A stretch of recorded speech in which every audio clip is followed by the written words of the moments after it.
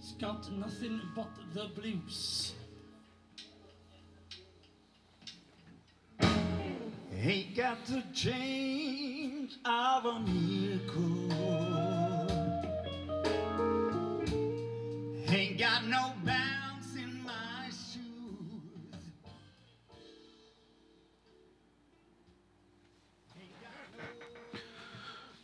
Hi, and welcome to Grabbing Mike, another episode.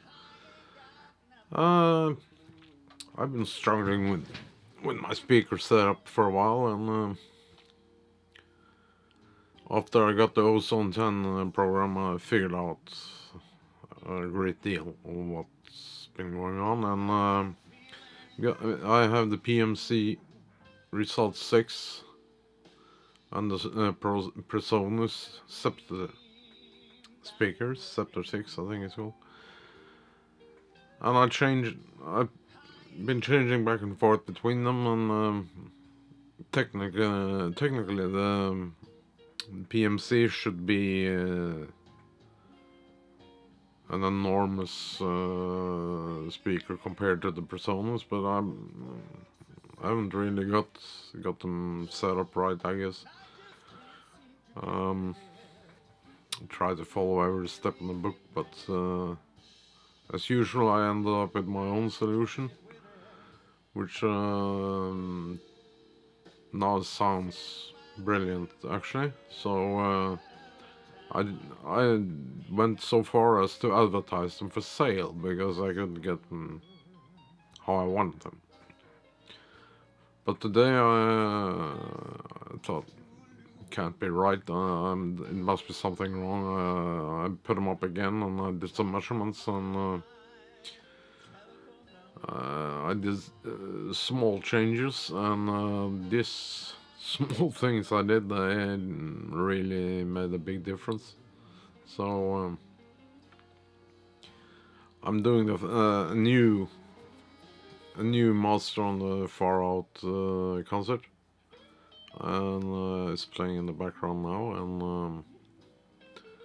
I'm gonna post a little bit of that, and hopefully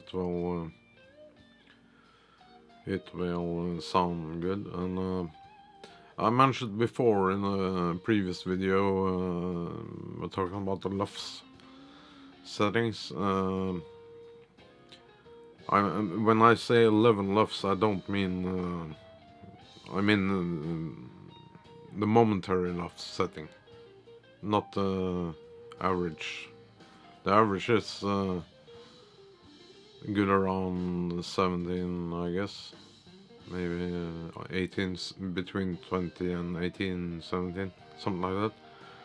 But I try to master this in a different way now. It's the same setting for all the songs, and I choose the loudest part, and I do not allow it to go below 10.5 dB on the output section. And I also found out that this mastering, this witchcraft thing, it's actually very much about balancing your levels, your input and output levels. And I realized when I matched up the gain, that the gain dropped quite considerably when I matched the gain. So I thought, this can't be right, there's something wrong here. And because it sounds good, but there is something bugging me about this signal. And then I started using, it's also built into the Ozone 10's the K-meter system. And I thought, okay, drop everything, use your ears as you do live, and check your metering. And it turns out that the output bit of the K-meter doesn't necessarily correspond 100% with the input bits. But if you adjust your input so it doesn't go into the red, and be very careful, so the the second you get this right, the gain step between bypass and match gain,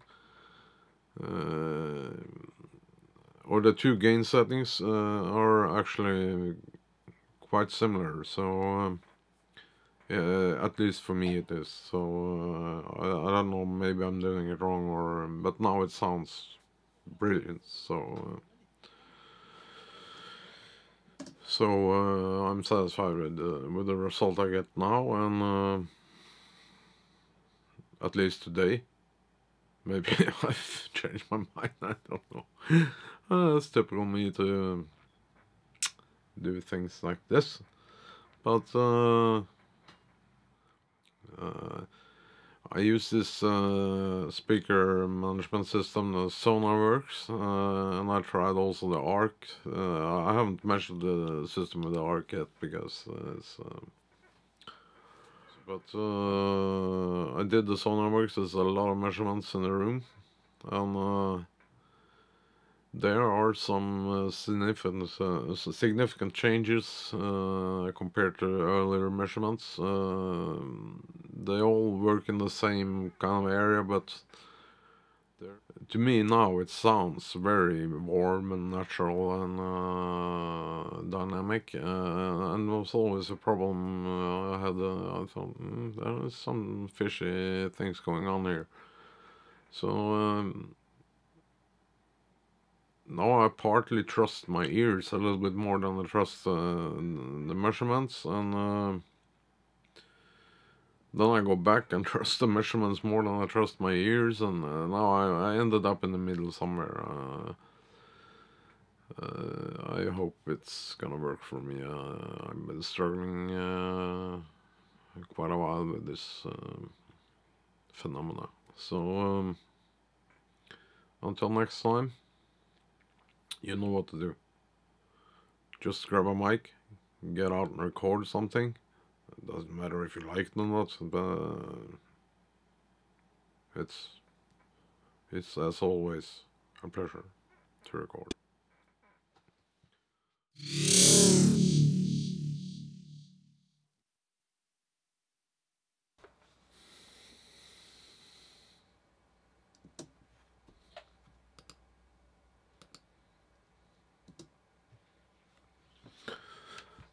Well, I'm going to try to explain this in an understandable way, but I never tried to do it like this before, but I will try and see if we can get something out of it. And it's a blues tune the band plays.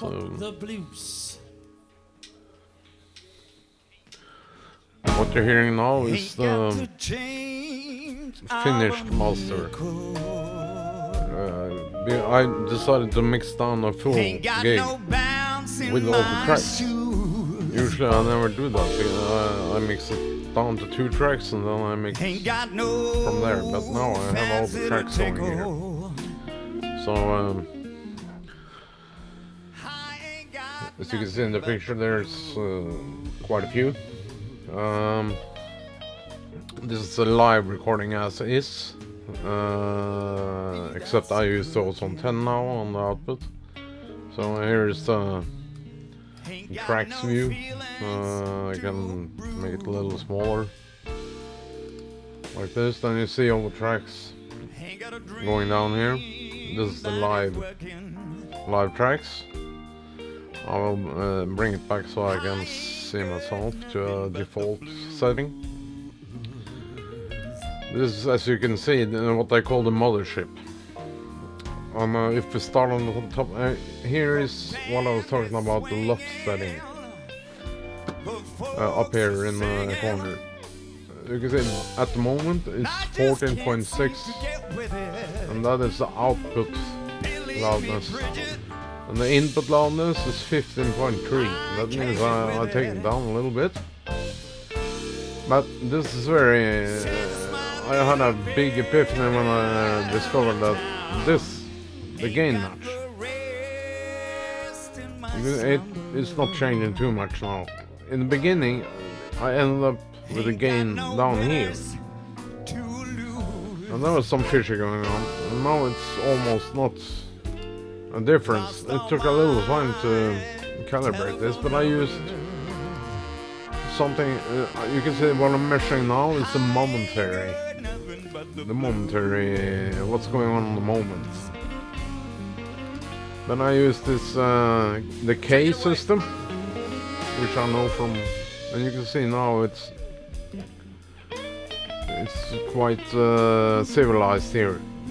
It was up here, and this was up here, and then this went down here. I'm gonna put it back now to momentary, which I'm accustomed to now, and that's what I'm referring to as never exceed 11 dB. This recording is the lowest setting is 10.5, and that's a very transient based thing. But this is with the full mix. Now we have it without.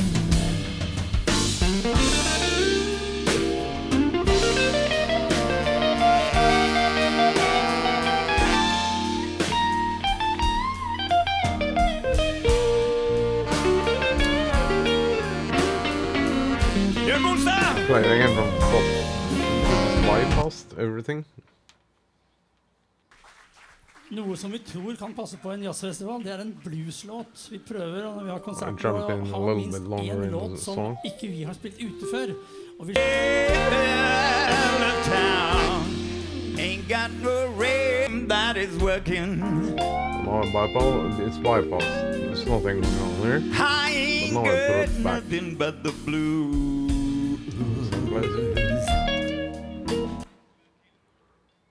That is with the full mastering chain in.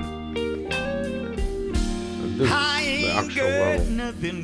As you can see, it's not changing much. It's actually a little bit lower than the level. The band is swinging. Gain I'm gonna mix it down with. I just can't seem to get with it. Believe me, Bridget. This is everything back in. I can't get with back it. A little bit. And walk you through all of what's happening here. This is Q, you can see here. Vi har konserter og ha minst en låt som ikke vi har spilt ute før. Og vi skjønner at det er ikke en ny låt I betydningen. While he was talking, I'm talking. Det er også en låt som har levd noen uker, for å si sånn. Now I take the EQ out of the system. I just can't seem to get with it.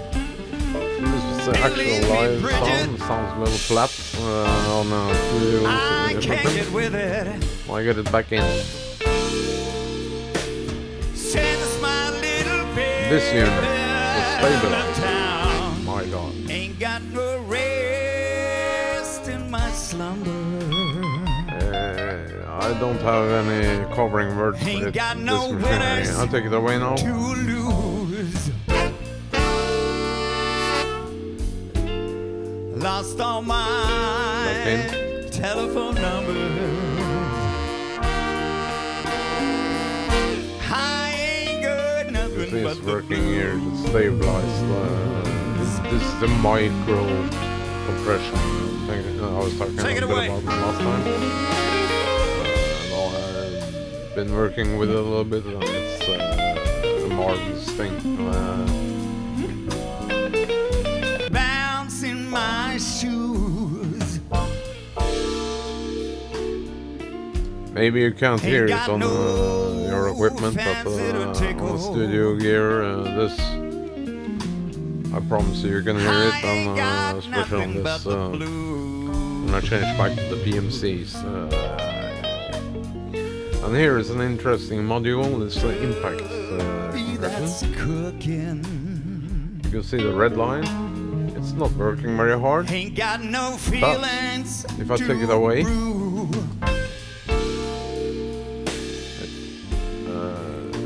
things happen.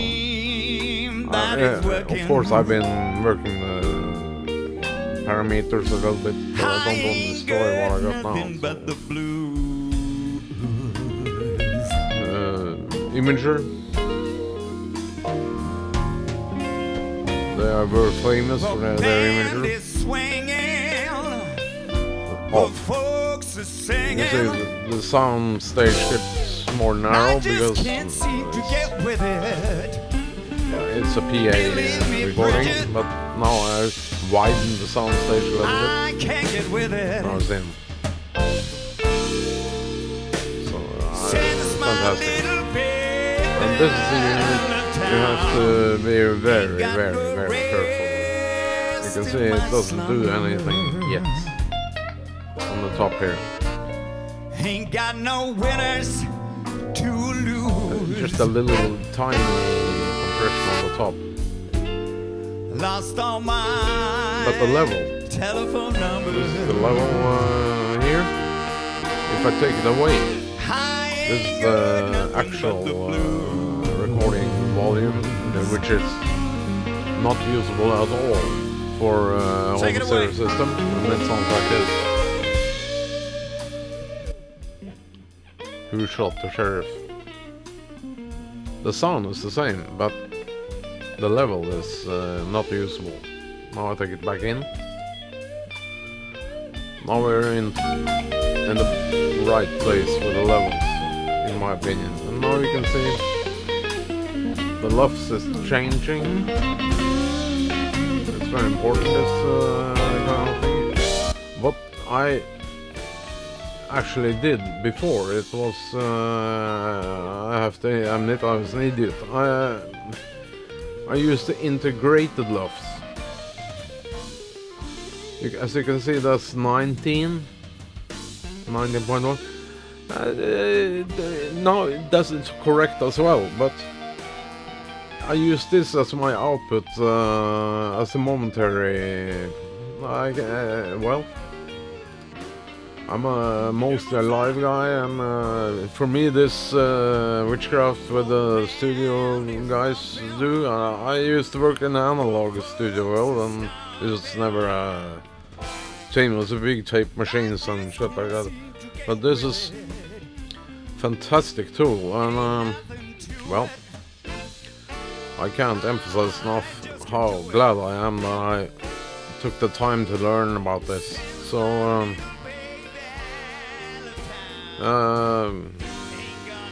it's not a big change in the sound, but it's more control, more image, more the dynamics are in the right place.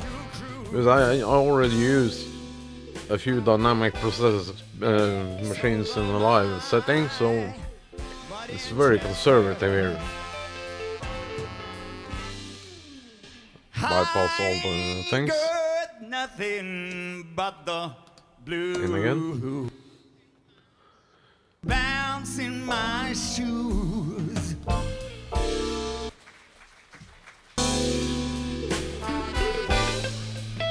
So notice the horn. But in Chester. Well, it's in the same place again. Bypass.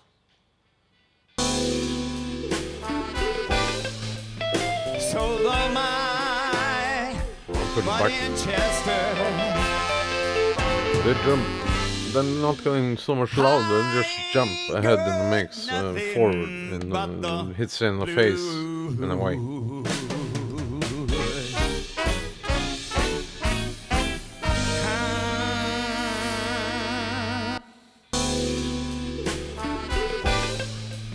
can see there's a little transient compression going on there. Oh, I get the same place in the bypass. So but in Chester. I ain't got nothing also jump out in another way. So I get the actual live feeling here, so cool.